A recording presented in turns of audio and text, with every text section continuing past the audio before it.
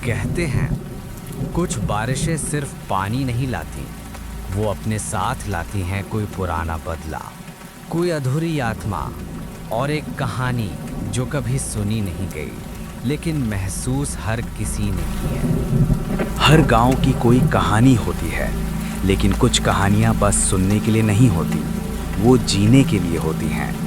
ये कहानी है छतरपुर गांव की, जहां हर सावन एक श्राप बनकर बरसता है। 50 साल से ये बारिश हर बार किसी की जान लेती है, पर कोई नहीं सुनता। बादल गरजे नहीं कि कोई ना कोई मरेगा। ये जगह शुद्ध नहीं रही, ये बारिश शुद्ध नहीं रही बेटा। दादा, आप भी कैसी अजीब बात कर रहे हो। बारिश एक प्राकृतिक चीज है, कोई मर रहा है तो उसमें बारिश का क्या कसूर। तू क्या जाने शहर के छोरे, जब पहली बार ये बारिश पड़ी थी तब इस गांव की औरतों की चीखें बादलों में दब गई थीं। रवि, शहर से आया लड़का, इस गांव की डरावनी हवा को महसूस नहीं कर पाया था। 50 साल पहले इसी गांव में एक औरत को जिंदा जला दिया गया था। लोगों ने कहा वो चुड़ैल है, बारिश में खेत सूखते हैं, बच्चों को बुखार चढ़ता है, सब उसी की वजह से। रत्ना उस समय गर्भवती थी। जिस हवेली में वो रहती थी वहाँ से अक्सर अजीब रोशनी निकलती। लोगों को विश्वास था कि वो काला जादू करती थी। गांव वालों ने बिना कुछ सोचे उसे हवेली के आंगन में बांधकर आग के हवाले कर दिया, और तभी से हर सावन एक लाश लेकर आता है। जिस दिन रत्ना जली थी, ठीक उसी दिन बारिश शुरू हुई थी और फिर कभी नहीं रुकी। इस बारिश का रहस्य छुपा है उस हवेली में जहां 50 साल पहले एक औरत जलाई गई थी। नाम था रत्ना। मैंने कुछ नहीं किया, मुझे मत जलाओ, मैं गर्भवती हूँ। मेरे बच्चे के लिए मुझे छोड़ दो मुझे। चुड़ैल है ये, हर साल बारिश आते ही खेत सूख जाते हैं, इसी की नज़र है। इसी की वजह से हमारी फसलें खराब हो रही हैं, खेत बंजर होते जा रहे हैं। अगर ये जिंदा रही तो हमारे भूखे मरने की नौबत आ जाएगी। मार डालो उसे, मार डालो।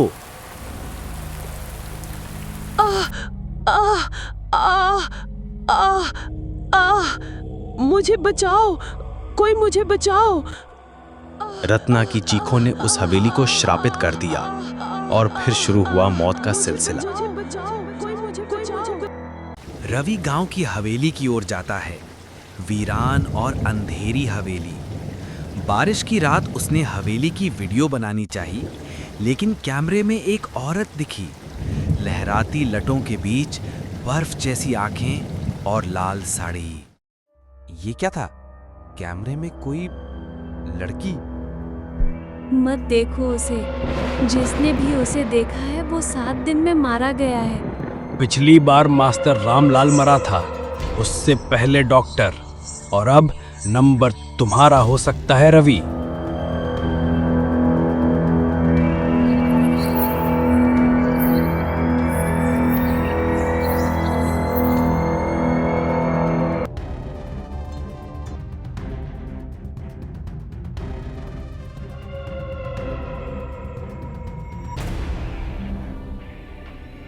उसे लगा ये सब उसका वहम है। दोपहर के बाद रवि का दोस्त विक्रम अकेले खेत में जाता है।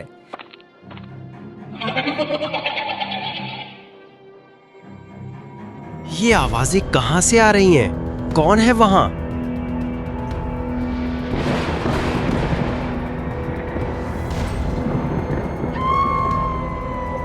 पर अगले दिन उसका दोस्त विक्रम तालाब में मरा पाया गया। कोई मुझे खींच रहा है, कोई मेरे पैरों को। ये अरे सच बचाओ! हो रहा है। ये वही है बचाओ जिसके मुझे! बारे में दादा कहते थे। इसका मतलब वो आत्मा सच में लौट आई है। गांव वाले बोले, अब तेरी बारी है। हवेली की दीवारों से खून बहता है, रत्ना की परछाई दिखती है।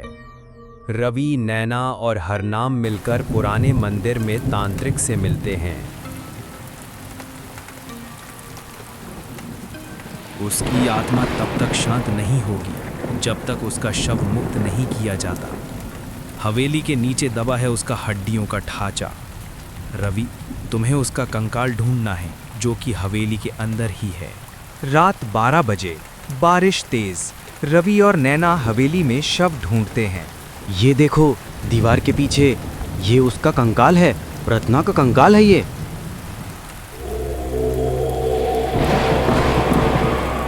जैसे ही रत्ना की चिता जलती है, बारिश थम जाती है, हवेली शांत हो जाती है और वर्षों पुराना श्राप टूट जाता है। लेकिन रत्ना की आत्मा ने जाते जाते एक वादा किया है, अगर कभी कोई फिर से अन्याय करेगा तो बारिश फिर बरसेगी और कहर भी।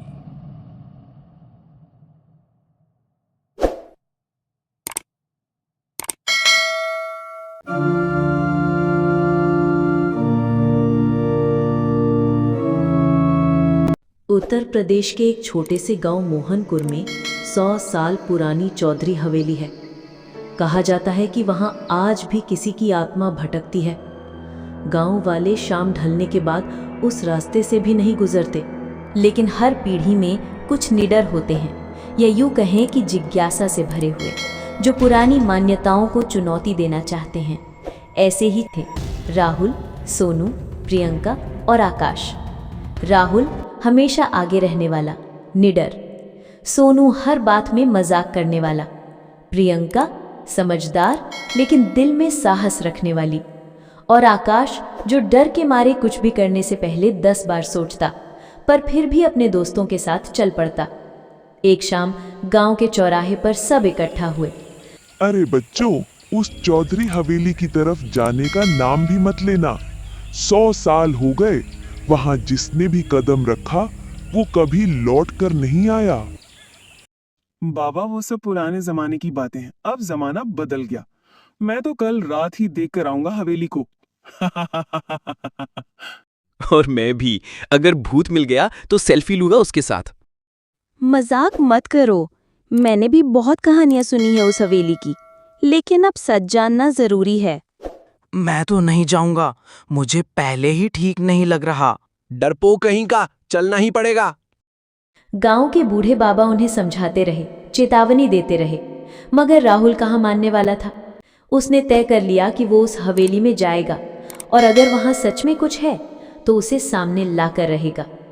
अगली रात ठीक 11 बजे चारों दोस्त उस वीरान हवेली के बाहर खड़े थे। ये हवेली तो वैसे ही भूतिया लग रही है यार। डरने का टाइम नहीं है, चलो अंदर। कुछ भी अजीब लगे तो भाग लेंगे। हवेली का दरवाजा चरमराते हुए खुला और उनके सामने थी गहरी स्याह रात जैसी अंधेरी हवेली। मोबाइल की टॉर्च जलाकर चारों अंदर बढ़े। दीवारों पर खून जैसे निशान, फर्श पर टूटा फूटा फर्नीचर और दीवारों पर टंगी पुरानी तस्वीरें जिनके चेहरों पर सिर्फ धुंधली परछाइयां बची थी, मानो वक्त ने उनकी शक्लें ही निगल ली हों। अभी वे ये सब देख ही रहे थे कि अचानक हवेली में एक लड़की की हंसी गूंजी, धीमी, कंपाती, रूह को ठंडक पहुंचाने वाली। वो हंसी इंसानी नहीं लग रही थी। सभी ठिठक गए। इससे पहले कोई कुछ समझ पाता, ऊपर छत से खून की बूंदें टपकने लगी। ऊपर देखो, खून। सबने सिर उठाकर देखा और वहीं झूमर के पास एक सफेद साया झलकता है। एक लड़की, सफेद लहंगा, बिखरे बाल, सूनी आंखें और पैरों से बहता खून। वो थी रागिनी। तुम आ ही गए।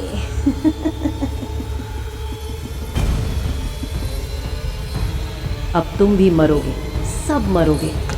भागो यहाँ से।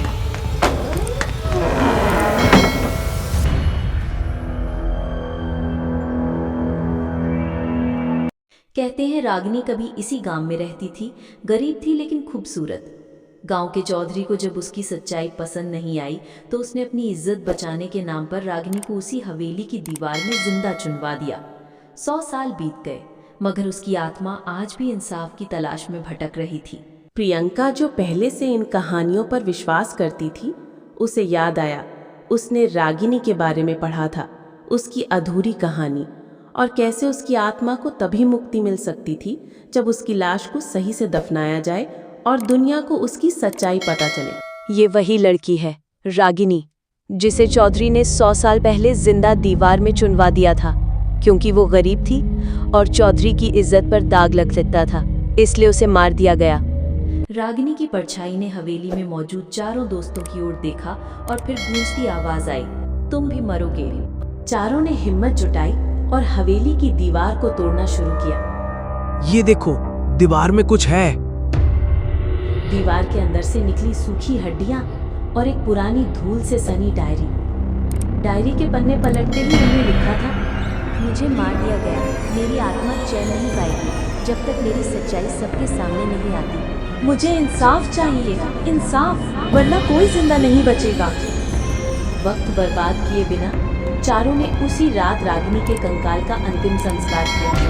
हवेली चीखने लगी, हवाएं जोर जोर से चलने लगी और फिर सब शांत हो गया। एक मीठी मगर दर्द भरी आवाज हवेली में गूंजी, धन्यवाद, अब मैं मुक्त हूँ। अगली सुबह गांव में खबर फैल गई, चौधरी हवेली में अब कोई आत्मा नहीं है। हवेली शांत हो चुकी है, मगर कहते हैं अगर किसी ने उस हवेली की दीवार में दोबारा छेड़छाड़ की या रागिनी की सच्चाई को मिटाने की कोशिश की तो वो फिर लौट आएगी। कहते हैं हवेली भले ही खामोश खड़ी हो, लेकिन उसकी दीवारों में वो चीखें आज भी कैद हैं। और उस हवेली के रास्ते से गुजरते वक्त अगर आपको अचानक सर्द हवा का झोंका महसूस हो या दूर कहीं से आती किसी लड़की की धीमी हंसी सुनाई दे, तो समझ जाना रागिनी अभी भी यहीं कहीं है, बस किसी का इंतजार कर रही है। अगर आपको ये कहानी पसंद आई हो तो चैनल सब्सक्राइब करें। अगली डरावनी कहानी जल्द आ रही है।